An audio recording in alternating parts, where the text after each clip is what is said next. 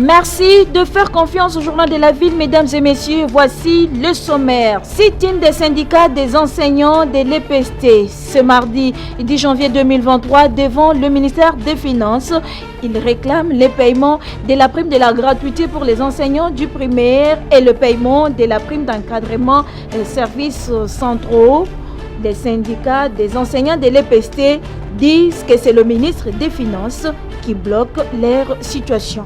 C'est tout pour le sommaire, mesdames et messieurs. Encore une fois, bienvenue dans ce journal.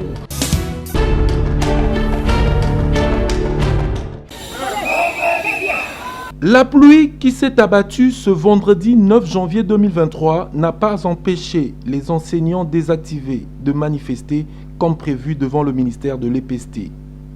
Venus en masse, bravant la peur, les intempéries et les intimidations, ces professionnels de la CRE, remontés et très déterminés à en découdre complètement avec cette affaire, réclament 5 mois de leur salaire bloqués par le ministre des tutelles.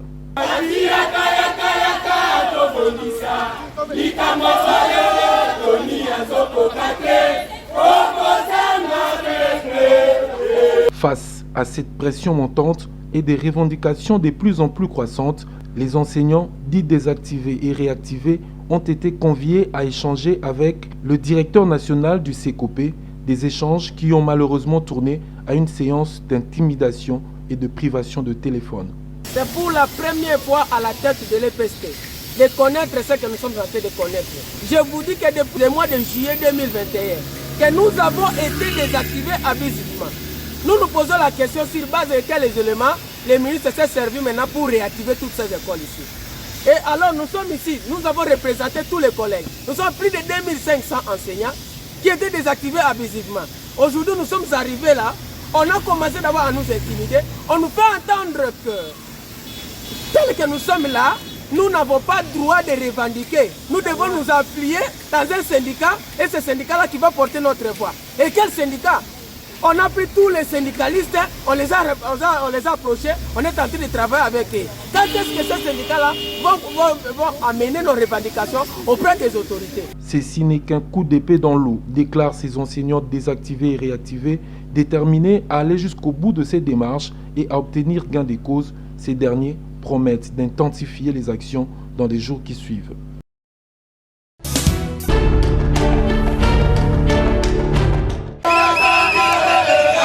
Chants, sifflets, pneus brûlés, colère des syndicats des enseignants de l'EPST devant le ministère des Finances. C'est mardi 10 janvier 2023 pour revendiquer le paiement des arriérés des 5 mois de la prime de la gratuité pour les enseignants du primaire et le paiement de la prime d'encadrement services centraux pour l'intersyndical des syndicats des enseignants de l'EPST. Le blocage, c'est le ministre des Finances. Il était prévu que le gouvernement paye les réajustements des primes de gratuité des enseignants du primaire à partir du mois de juillet 2022. Mais nous avons constaté que le gouvernement a payé seulement le mois de juillet.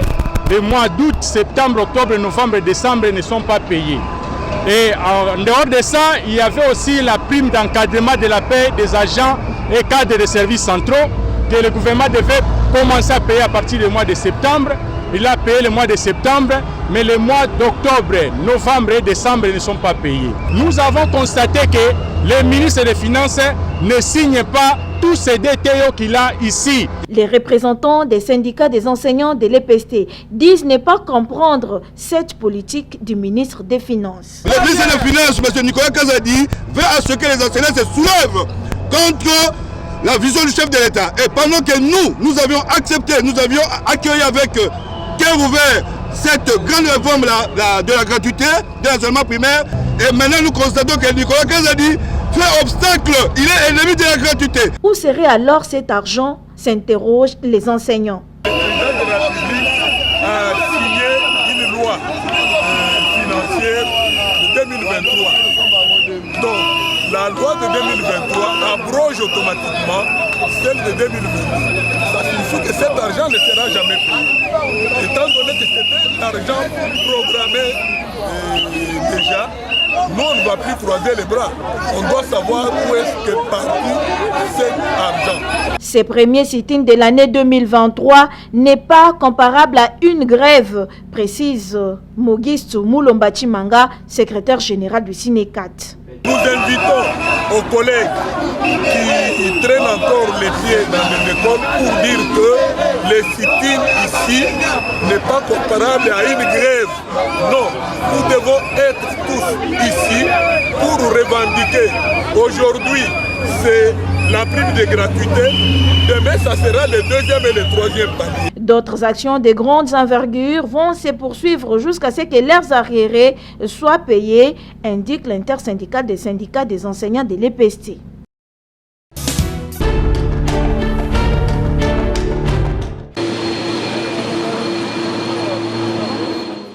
Arrivé à Goma ce mardi 10 janvier 2023 du chef d'état-major général des forces armées de la République démocratique du Congo FARDC, le lieutenant-général Christian Chiwewe indique être venu dans une visite d'inspection de ses troupes dans cette partie opérationnelle. Je suis en visite, n'est-ce pas, de mes unités. Donc je dois contrôler mes unités. Nous sommes pendant les opérations, je suis là pour ça. Merci. À l'aéroport international de Goma, le chef d'état-major général des FARDC a été accueilli par les gouverneurs du Nord Kivu, Constantin Makongba, les commandants de la 3e zone de défense, Marcel Mbangou, les commandants de la 34e région militaire, John Pezo, ainsi que d'autres officiers supérieurs et généraux des FARDC et de la PNC présents ici à Goma. Et rappelons que le nouveau chef d'état-major général des FARDC, Christian Chiwewe, est à sa première visite ici au Nord Kivu depuis sa nomination à ce poste par le président de la République, Félix-Antoine Tshisekedi Tshilombo, il y a peu. À noter que le Nord Kivu fait face à l'invasion des troupes rwandaises qui sèment mort et désolation en territoire de Rutshuru et de Nyiragongo depuis plusieurs mois. Mais le jour suivant, ça reste pour... Lancement officiel de la campagne de la communication sur l'arrivée du pape François en République démocratique du Congo le 31 janvier 2023 par le ministre de la Communication et des Médias, porte-parole du gouvernement, Patrick Mouyaya Katembwe, ce lundi 9 janvier au cours d'un briefing hebdomadaire à la RTNC. Présent à cette activité, les nonces apostoliques représentants du pape en RDC, Monseigneur Etero Balestero et les coordonnateurs techniques d'aménagement de tous les sites choisis pour accueillir le pape François à Kinshasa, Jésus Noël Tchéké. Il y aura 6 sites et 11 événements pendant les séjours des Saint-Pères à Kinshasa et les travaux sur les sites concernés sont déjà presque à la fin.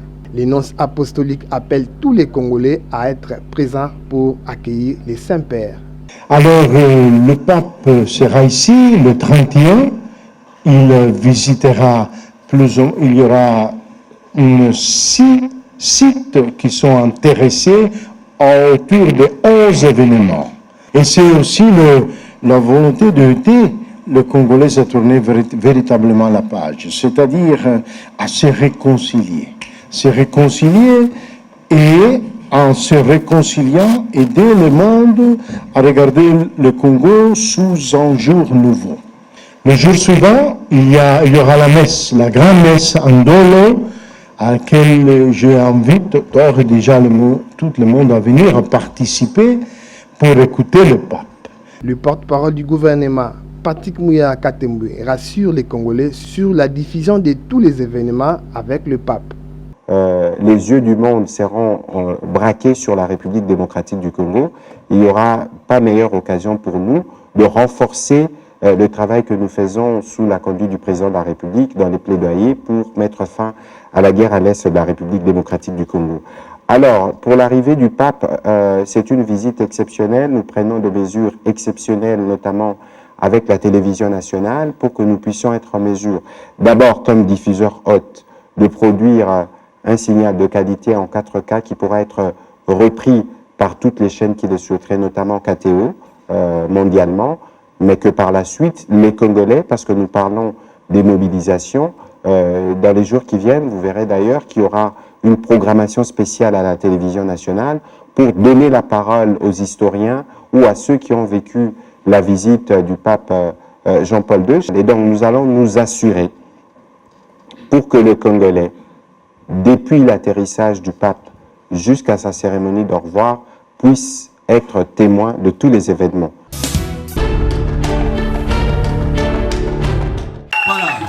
C'était une grande joie ce dimanche 8 janvier 2023 à l'école de formation Saint-Gilbert avec la collation de la 5e promotion auto-école en présence des lauréats, des parents, des députés provinciaux, du chef de bureau au transport, des notables des quartiers régis des eaux et Malueka et du promoteur de l'école, honorable député provincial Oumengombe Gilbert.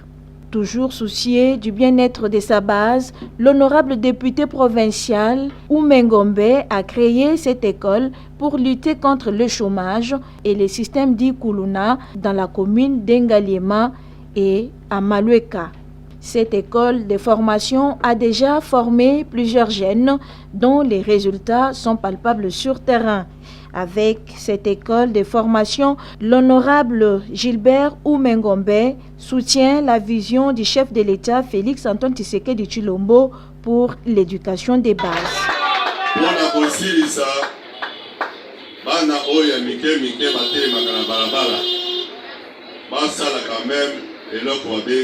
Métier ya chauffeur na sengi na bino ba para na biso ba boti na biso andeko mosusu batikali baya auto école ezali ofele pour la population ya Ngalema Lokunga Malueka tozali sima ya chef de l'État en ce qui concerne la vision du chef de l'État pour l'éducation. Les lauréats qui ont reçu leur brevet de fin de formation remercient le promoteur de l'école pour son encadrement. Nous sommes infiniment reconnaissants pour votre implication et votre attention apportée à notre égard. La tenue de cette session d'auto-école 2023 donne encore une fois de plus l'opportunité de vous traduire nos reconnaissances pour votre présence qui témoigne de l'importance que vous accordiez à ces cadres privilégiés des concertations de notre département. Savourée par le champagne, la cérémonie s'est clôturée dans une ambiance festive et c'est à la grande satisfaction des lauréats et de leurs parents.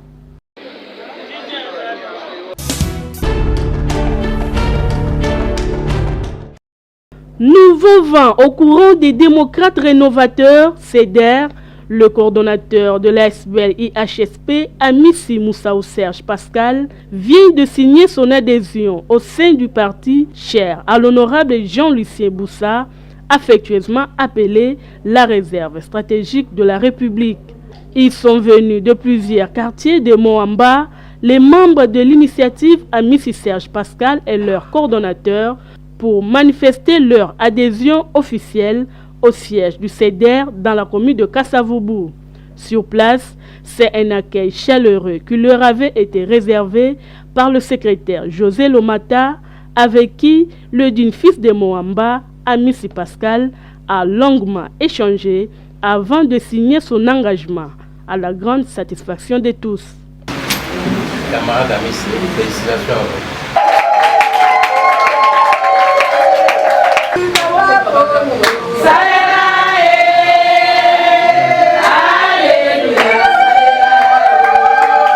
Prenant la parole, ses fils d'un politicien a remercié le numéro 1 du CEDER et promet d'apporter son savoir-faire au sein de ces partis en suivant l'exemple du chef de l'État Félix Antoine Tshisekedi Tshilombo.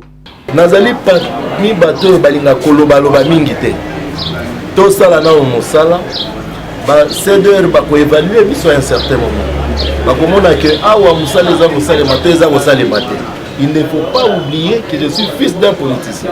Boki kota la kaka président Félix, comment il a contourné dans Walobaki que à déboulonner le système, les gens ne croyaient pas. Au moment que moi nous avons premier politicien, a déjà formé la Katianda. À sa base de Moamba, il lance un message fort. Je crois qu'il y a une confiance qui vient de nous être accordée. Et cette confiance, nous devons retourner l'ascenseur, n'est-ce pas? J'attends des adhésions massives.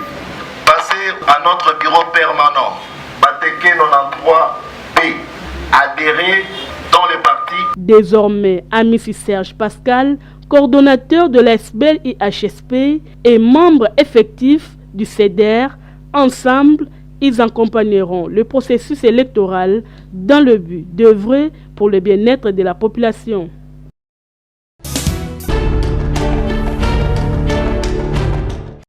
Les jeunes réunis au sein de l'ONG Génie Congolais, coordonné par l'ingénieur Dodo Balou, viennent d'inventer une table dénommée la table intelligente, fabriquée à base de bouteilles en plastique. Pour permettre la commercialisation de ce chef-d'œuvre, Dodo Balou et les siens souhaitent que le garant de la nation soit leur premier client.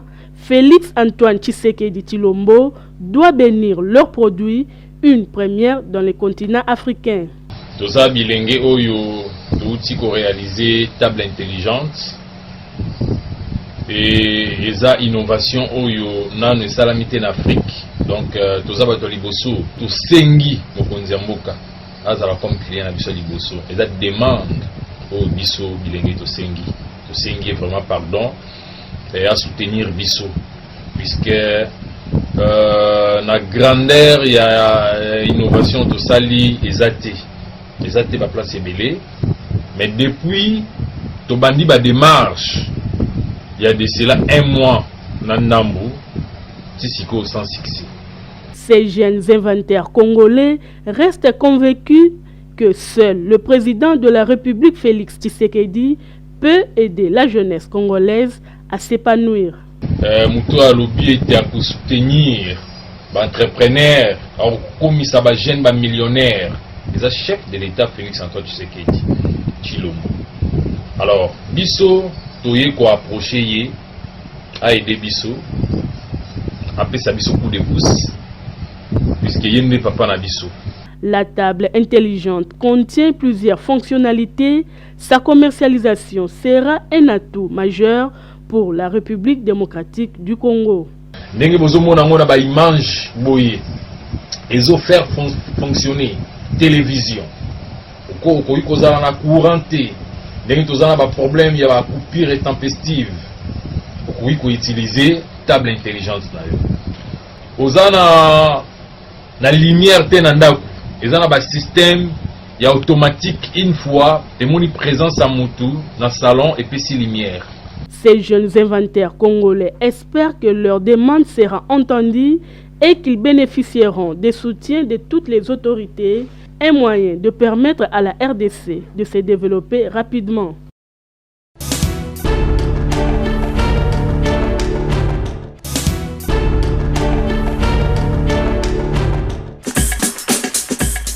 Nous sommes arrivés à la fin de ce journal de la ville, mesdames et messieurs. Merci de l'avoir suivi.